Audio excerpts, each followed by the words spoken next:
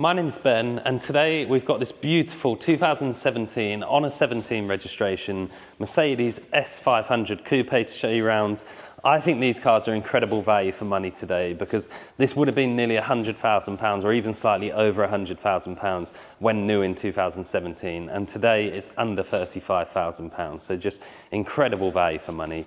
In metallic silver with the black Napa leather interior and a full service history, it's been really well looked after throughout its life.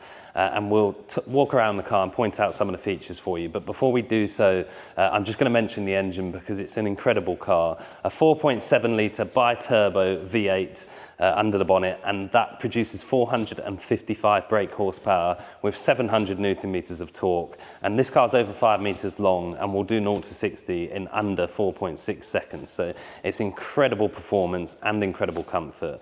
But we'll go around the car now and point out some of the features that come mostly as standard on this car, but also a few which are optional extras. So starting out at the front, the grille itself is the Mercedes diamond grille, so you've got these extra sort of silver bits throughout it, which I think really are nice, and it was sort of standard fit on the S-classes of the time to make them stand out over and above the other Mercedes available. We've got the LED headlights with Mercedes intelligent light system, so it will individually block out cars coming the other way, and also has an LED daytime running light across the top there as well. Very powerful headlight system. Coming round the side, we've got the two-tone diamond cut on the faces and metallic grey on the insert alloy wheels with the AMG section in them as well, which is a really nice touch, and the grey painted brake calipers to match the wheels with the Mercedes-Benz logo on them as well. Coming down the side, we've got the chrome window surrounds along with a chrome splitter across the front of the car.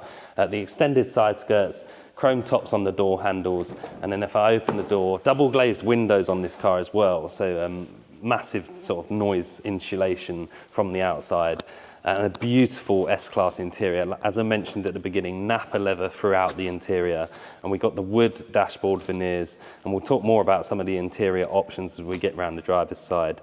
But an important option on this particular car is the massive glass roof. There is also a blind with the roof, so you can cover it if you wish to do so, but it's much nicer with that roof open, just makes the cabin so much more airy. And it is also a four-seater, so there's space in the back for two people, and there's actually a fair amount of legroom in the back as well, and storage sections in the centre, so lots of space, very comfortable seats in the back of the car. And again, that glass roof just makes it much nicer for the rear passengers.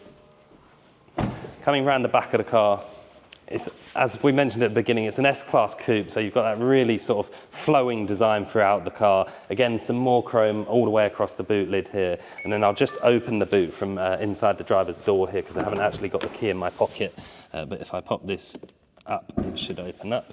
There we go. And you'll see, apologies for the floor mat in there, but you've got a very big boot, goes a long way back, and you can actually fold the middle of the seats, or actually both of the seats down in the centre of the back. You've got a netted section on either side for extra storage, and also you can lift the boot floor up, and it goes quite deep under there as well, with your inflation kit down there. Button up here to shut that down, and it will shut itself down very nicely. And the reverse camera is hidden in the rear badge, so it will keep it very clean as well. Coming around the driver's side, I'll jump inside now and we'll talk through some of the interior options. We'll start with the driver's door card, and the first thing you can probably see is the car's got ambient lighting just above that wood veneer section there, and that is configurable as well, so you can change the colour, and it goes all the way across the dashboard around the screens in the centre. It's a really nice place to sit in the dark.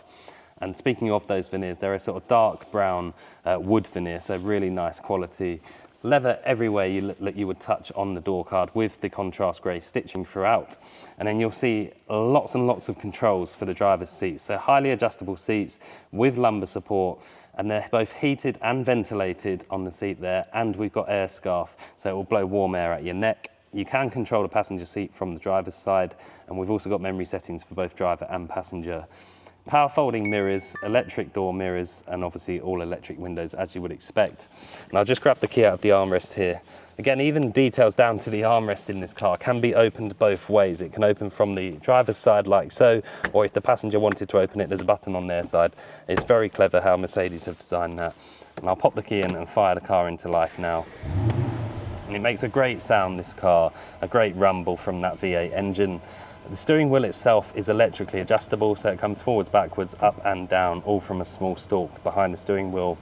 It's smooth leather top and bottom and perforated on both sides, flat bottom as well, just to make it easier to get in and out of the car. And we've got the metal buttons on the steering wheel. Obviously, being an S-Class, it's higher quality than the other Mercedes, and the genuine leather around the centre, which is a really nice touch. Multi-function controls for our volume and telephone controls on the right-hand side, and then on the left-hand side we've got buttons to control our virtual cockpit in front of us, because you can change what information you see in the centre there. As you can see, 33,000 miles from new, and there's all sorts of different displays in the centre of the dashboard. It is digital display both on the driver's side and in the centre, so it's sort of this dual screen setup here, which is really nice, and a few buttons in between the screens, which are just for things like moving the headrests, or folding the headrests rather, and also a button to give you your seatbelt from the driver's side, because obviously being a coupe, the seatbelt's in the rear quarter, and you can press that button and it'll pass it out towards you, just to make your life more convenient. And then speaking of this centre screen over here, we've got Mercedes' own navigation system, which is very detailed, and you can zoom it in and out.